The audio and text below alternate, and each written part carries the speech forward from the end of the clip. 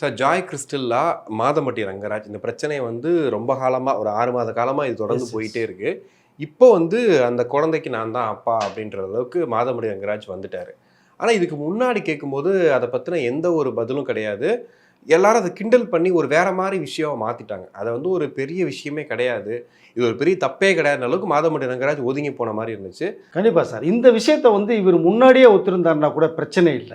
But அவர்ட்ட நீங்க சொன்னது மாரி பணம் இருந்தா எதையும் சாதிக்கலாம் அப்படின்னு நினைச்சிருப்பார்ன்னு நினைக்கிறேன். ஆனா பணத்தால எதையும் விலை கொடுத்து வாங்க முடியாது, சாதிக்க முடியுங்கிறதுக்கு இந்த விஷயம் நம்ம இப்ப பார்க்க வேண்டியதா இருக்கு. மாநில மகளிர் ஆணையத்தினுடைய விசாரணை எந்த அளவுக்கு இருந்திருக்குங்கிறத பார்க்க முடியும் நம்ம இத. நீங்க எங்கேயுமே அவர் வந்து ஆன்சர் பண்ணல. அவங்க அத்தனை வீடியோக்கள் விட்டாங்க, அத்தனை இது பேசுறாங்க. ரொம்ப பரிதாபமா இருக்கு. தன் குழந்தைக்கு அவங்க தான் வேணும்னு சொல்றாங்க. எனக்கு கேட்கறது அப்பா தான் கேட்குறாங்க. இவ்வளோ விஷயங்கள் கேட்கும்போது அவர் அசால்ட்டாக அவருடைய வேலைகளை பார்த்துக்கிட்டே இருக்காரு. அந்த ஷோவுக்கு போகிறாரு, ஜட்ஜாக இருக்கார், இந்த சமையல் வேலைக்கு போகிறாரு.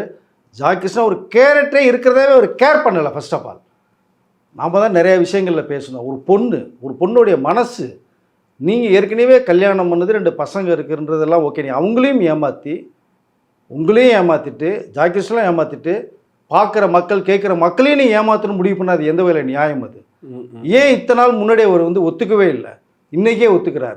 இதுக்கு மேலே ஒத்துக்க வேண்டிய கட்டாயம் இப்போ அவருக்கு ஒரு வழி இல்லை. ஏன்னா மாநில மகளிர் ஆணையத்துடைய விசாரணையின் அடிப்படையில் 2 பேரை கூப்பிட்டு விசாரணையில் 3 முறை விசாரணை நடத்தப்பட்டுன்னு நினைக்கிறேன். அவங்களுடைய அந்த பதில் அடிப்படையில் ஒரு பரிந்துரைக்கப்பட்ட ஒரு கடிதம் காவல்துறைக்கு அனுப்பப்படுது.